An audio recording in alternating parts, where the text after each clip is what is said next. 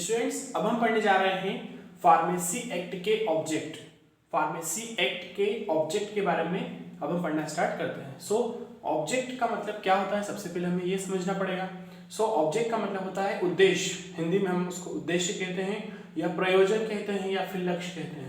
Okay, pharmacy act बनाने के पीछे गवर्नमेंट ऑफ इंडिया का क्या उद्देश्य था, क्या प्रयोजन था या क्या लक्ष्य था, उसको हम बोलेंगे फार्मेसी एक्ट के ऑब्जेक्ट। सो ये सारे ऑब्जेक्ट थे फार्मेसी एक्ट बनाने के गवर्नमेंट ऑफ इंडिया के। सो सबसे पहले हम स्टार्ट करते हैं फर्स्ट पॉइंट। सबसे पहला ऑब्जेक्ट था, सबसे पहला उद्देश्य था, लक्ष्य था फार्मेसी एक्ट बनाने का, to constitution of pharmacy council of India that is PCI and state pharmacy council that is SPC. Okay, so सबसे पहला उद्देश्य था फार्मेसी एक्ट 1948 बनाने का, constitution of PCI and SPC, pharmacy council of India and state pharmacy council बनाना, constitute करना, संगठन करना, या pharmacy council of India and state pharmacy council को बनाना, ये पहला फार्मेसी एक्ट जो था उसका पहला उद्देश्य था। ठीक है, सिंपल सा। सबसे पहले जो फार्मेसी एक्ट था उसका उद्देश्य ये था कि फार्मेसी काउंसिल ऑफ इंडिया और स्टेट फार्मेसी काउंसिल का कॉन्स्टिट्यूशन करना, इनका संगठन करना, मतलब सिंपल भाषा में कहें तो संगठन करना मतलब बनाना, फार्मेसी काउंसिल ऑफ इंडिया को बनाना और स्टेट फार्मेसी काउंसिल को बनाना। Okay, pharmacy council of India जो होती है वो सेंट्रल गवर्नमेंट के द्वारा बनाई जाती है और स्टेट फार्मेसी काउंसिल जो होती है वो स्टेट गवर्नमेंट के द्वारा बनाई जाती है। तो इन दोनों संस्थाओं को, दोनों काउंसिल को बनाना किसका उद्देश्य था, फार्मेसी एक्ट का उद्देश्य था। दूसरा ऑब्जेक्ट है prescribing minimum standard of education required for qualifying as a pharmacist. जो फार्मेसी फील्ड में जो फार्मासिस्ट होते हैं, रजिस्टर्ड फार्मासिस्ट, एक फार्मासिस्ट बनने के लिए क्या क्या मिनिमम रिक्वायरमेंट होनी चाहिए या क्या क्या मिनिमम एजुकेशन होना चाहिए, वो भी फार्मेसी एक्ट का उद्देश्य था। सो प्रिस्क्राइब करना या बताना minimum standard of education, minimum कम से कम कितना एजुकेशन का स्टैंडर्ड होना चाहिए क्वालिफाई कर फार्मासिस्ट बनने के लिए, ये भी फार्मेसी एक्ट का उद्देश्य था। सिंपल सी बात है, अगर कोई फार्मासिस्ट बनना चाहता है तो उसको मिनिमम कितना एजुकेशन प्राप्त हुआ होना चाहिए, मतलब उसमें मिनिमम कितना एजुकेशन लिया हुआ होना चाहिए, उसके बाद ही वो फार्मेसी फील्ड में एंट्री कर सकता है। जैसे फॉर एग्जांपल आपको डिप्लोमा इन फार्मेसी में एडमिशन लेना है तो आपको 10+2 मतलब 12th बायोलॉजी सब्जेक्ट से या मैथ सब्जेक्ट से पास होना जरूरी है, वो है मिनिमम स्टैंडर्ड ऑफ एजुकेशन। ठीक है, तो यहाँ पर फार्मासिस्ट बनने के लिए minimum standard of education prescribe करना किसका उद्देश्य था, फार्मेसी एक्ट का उद्देश्य था।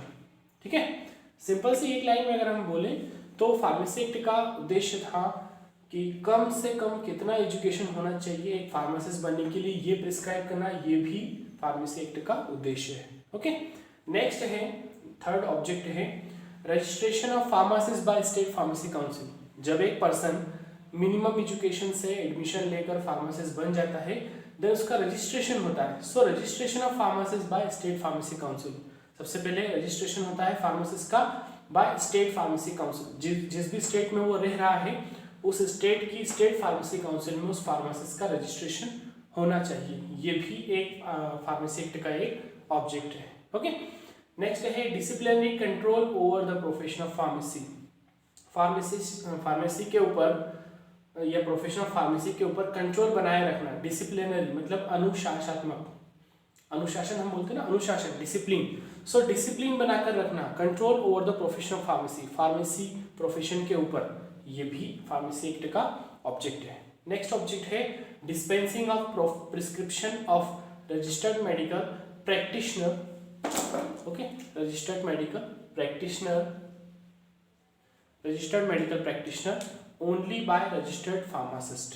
ठीक है, आप जब भी डॉक्टर के पास जाते हो, डॉक्टर आपको ड्रग प्रिस्क्राइब करता है प्रिस्क्रिप्शन लेटर पर, देन आप वो प्रिस्क्रिप्शन लेटर लेकर मेडिकल पर जाते हो। ओके, सो मेडिकल शॉप वाला आपके उस प्रिस्क्रिप्शन लेटर को देखकर देन आपको फिर ड्रग डिस्पेंस कर देता है, मतलब ड्रग आपको दे देता है। सो जब भी ड्रग को डिस्पेंस करना होता है प्रिस्क्रिप्शन के अकॉर्डिंग, सो वो जो प्रिस्क्रिप्शन होता है वो रजिस्टर्ड मेडिकल प्रैक्टिशनर का होना चाहिए। ठीक है, रजिस्टर्ड मेडिकल प्रैक्टिशनर के बारे में मैंने आपको पहले बताया है। आरएमपी कौन होता है, रजिस्टर्ड मेडिकल प्रैक्टिशनर, जो कि इंडियन मेडिकल काउंसिल एक्ट 1956 के अकॉर्डिंग सेक्शन 2 में रजिस्टर्ड डॉक्टर हो, उसको हम बोलते हैं registered medical practitioner. Okay, section number 2 में, इसमें आईसीएमए 1956 की जो सेक्शन 2 है उसके अकॉर्डिंग जब कोई मेडिकल प्रैक्टिशनर रजिस्टर्ड हो जाता है तो उसको बोलते हैं RMP. So dispensing of prescription of RMP only by registered pharmacist. जब भी कोई आरएमपी मतलब डॉक्टर, सीधी सी बात अगर हम कहें तो जब भी कोई डॉक्टर प्रिस्क्रिप्शन लिखता है और उसको पेशेंट डिस्पेंस कराता है, सो ये किसके द्वारा होना चाहिए? Only by registered pharmacist. जो रजिस्टर्ड फार्मासिस्ट है, जिसके पास रजिस्ट्रेशन है, जिसको पूरी तरह से नॉलेज है फार्मेसी का, वही उस प्रिस्क्रिप्शन को डिस्पेंस करे। ये भी फार्मेसी एक्ट का ऑब्जेक्ट है। ओके, नेक्स्ट है regulating and raising the status of profession of pharmacy in India. Pharmacy profession के स्टेटस को रेज करना, बढ़ाना और उसको रेगुलेट करना, कहाँ पर? In India. ये भी फार्मेसी एक्ट का ऑब्जेक्ट है। ओके, सिंपल सी बात है, जब फार्मेसी एक्ट बना तो उन्होंने अपना एक ऑब्जेक्ट बनाया कि जो प्रोफेशन ऑफ फार्मेसी है, फार्मेसी प्रोफेशन है, उसके स्टेटस को बढ़ाना है और उसको रेगुलेट करके रखना है, बना कर रखना है इंडिया के अंदर। ये एक ऑब्जेक्ट हुआ फार्मेसी एक्ट का। नेक्स्ट है providing uniform education and training to the person willing to enter the profession of pharmacy. ठीक है, ये क्या प्रोवाइड करता है pharmacy act? Providing uniform education. पूरे ऑल ओवर इंडिया में ये यूनिफॉर्म एजुकेशन प्रोवाइड करता है। चाहे आप कर्नाटका स्टेट से हो, चाहे आप एमपी स्टेट से हो, चाहे आप राजस्थान से हो, चाहे आप गुजरात से हो, चाहे आप बिहार से हो, आप किसी भी स्टेट से हो, पूरे स्टेट्स, पूरी इंडिया के अंदर यूनिफॉर्म एजुकेशन बनाकर रखना, एक जैसा स्टैंडर्ड बनाकर रखना। डी फार्मा के लिए 10+2 चाहिए तो आप गुजरात में चले जाइए, आप एमपी में चले जाइए, आप महाराष्ट्र में चले जाइए, आप कहीं पर भी चले जाइए, वहाँ पर यूनिफॉर्म एजुकेशन मिलेगा आपको। Okay, so providing uniform education, एक जैसा ही एजुकेशन प्रोवाइड करना। And training to the person willing to enter the profession of pharmacy. And training provide करना उन पर्सनस को जो चाहते हैं प्रोफेशन ऑफ फार्मेसी में एंट्री करना। मतलब सीधी सी बात है, जो स्टूडेंट्स फार्मेसी में एजुकेशन लेना चाहते हैं, उसके बाद उनकी ट्रेनिंग होती है, सो ऐसे पर्सनस को यूनिफॉर्म एजुकेशन और ट्रेनिंग प्रोवाइड कराना और प्रोफेशन ऑफ फार्मेसी के अंदर उनको एंट्री करना, ये भी फार्मेसी एक्ट का ऑब्जेक्ट होता है। ओके, नेक्स्ट है maintaining control over the person entering the profession of pharmacy. ठीक है, जो पर्सन फार्मेसी में, प्रोफेशन ऑफ फार्मेसी में एंट्री कर रहे हैं, फार्मेसी जो प्रोफेशन है उसमें एंट्री कर रहे हैं, उनके ऊपर कंट्रोल बनाकर रखना। ठीक है, वो कोई इलीगल ड्रग का सेलिंग ना करें, कोई परचेस ना करें, ना डिस्ट्रीब्यूट करें, तो उनके ऊपर मेंटेन करके रखना कंट्रोल। ठीक है, उन पर्सन्स के ऊपर जो कि प्रोफेशन ऑफ फार्मेसी को मेंटेन कर रहे हैं या फार्मेसी के प्रोफेशन को चला रहे हैं, उनके ऊपर कंट्रोल बनाकर रखना, ये भी फार्मेसी एक्ट का एक मेन उद्देश्य होता है।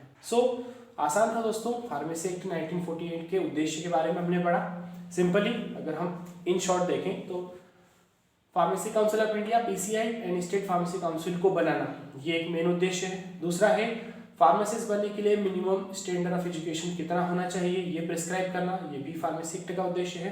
थर्ड है registration of pharmacist by state pharmacy council. जो फार्मासिस्ट बन गए हैं उन पर्सन्स का रजिस्ट्रेशन करना, कहाँ पर? स्टेट फार्मेसी काउंसिल के अंदर, ये भी फार्मेसी एक्ट का ऑब्जेक्ट है। नेक्स्ट ऑब्जेक्ट है disciplinary control over the profession of pharmacy.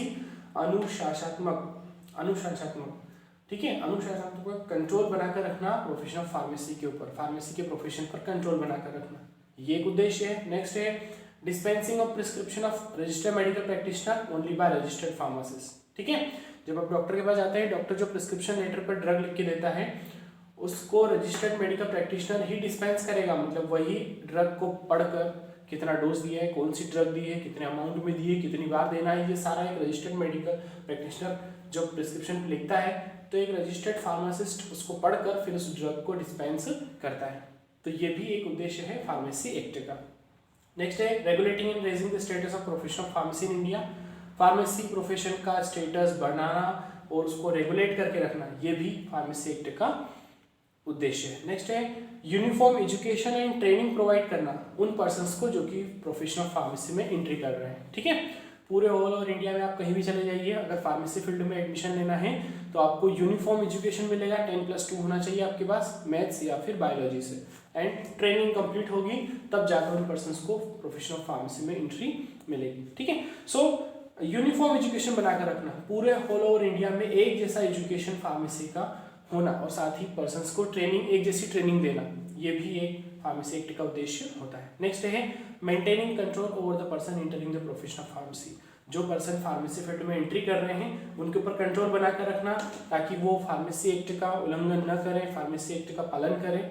ठीक है, ये भी एक उद्देश्य या ऑब्जेक्ट होता है। सो कितना आसान था स्टूडेंट्स फार्मेसी एक्ट के ऑब्जेक्ट के बारे में। आई होप कि आप समझ गए होंगे।